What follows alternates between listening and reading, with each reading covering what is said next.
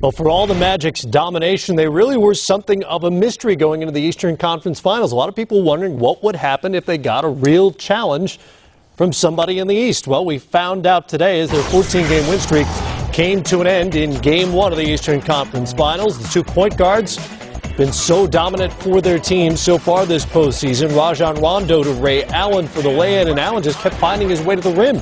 He did a good job running without the basketball, driving the basketball, but Vince Carter, I have to say, was spectacular. Vince Carter's first taste of a conference final, and he was very good. Man, if somebody could have got on the same page with him earlier or throughout the game, it would have been great. But we're watching Ray Allen right here, not settle for jump shots, understanding the lane was wide open, and challenging Dwight Howard a lot on these plays. And this is the Orlando Magic falling asleep. You cannot have these type of plays when you know the game is going to be close. And it came down to being not close in the first quarter because of the separation by the Celtics. And Doc Rivers comes up with so many plays to get his team easy buckets. And as you watch this, you'll note it's a double-digit lead throughout most of the first half as Rasheed Wallace knocks down the three. Magic 7th and 8th turnovers of the first half, both by Dwight Howard here. I mean, and Doc Rivers talked about deflections and active hands. That's what the Boston Celtics had all night long. On the other end, Boston gives it away, and Carter will finish with the dunk. Boston up by 13. Got good minutes out of Marcin Gortat. You did, man. I mean, the minutes he played was huge. Got some buckets defensively, did all the right things on the defense end, made some good plays. Jameer Nelson, 8 of 18 from the field as he gets the floater to go. Gortat to the rim. He'll throw it down. And Orlando back within 7. Magic on the turnover here. Active hands by Boston, and it's Ray Allen. Beautiful finish by Ray Allen. You know, I love the way Ray Allen, even though he missed a block shot, he challenged Dwight Howard early. I thought he set the tone. And they led it by 9 at the half. Third quarter, Nelson knocks down the three. That was their first of the game at that point. It was a 6-point game. Nelson hits the pull-up. Again at 6, and then Nelson one more time for the three-pointer.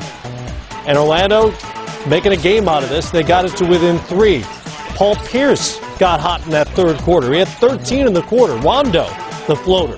I thought that was a big-time three, a timely three for Paul Pierce, and you can just see how good Paul Pierce is. This is him when he's grooving. And these plays right here, Paul Pierce finishing with the and one.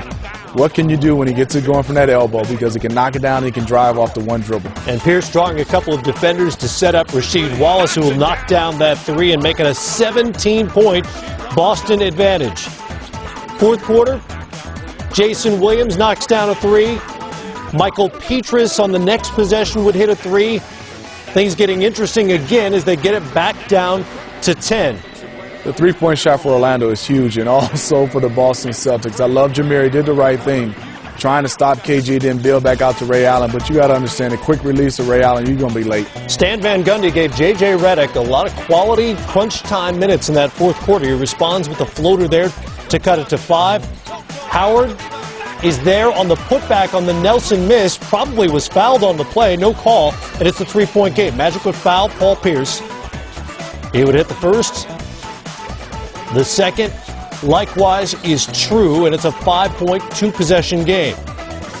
Now, after making his first free throw, Vince Carter's going to miss the second one on purpose. Watch Nelson sneak in on the right side. Perfectly executed play. So hard to miss it just so, and have the guy sneak in there for the layup. I mean, beautiful job by Gortat, really occupying Rasheed Wallace, but then you get a chance to foul Ray Allen, and I counted both of these before he shot it, man. Yep, they still had to foul. That was the only part of the plan that didn't really work. They had to foul somebody, and Allen had the ball in his hands. He put it away with 2 at the line. Boston is now 7-0 this postseason when Allen scores at least 18 points. He had 25 in this game on 8 of 16 shooting. It's Boston's 3rd road win of the postseason.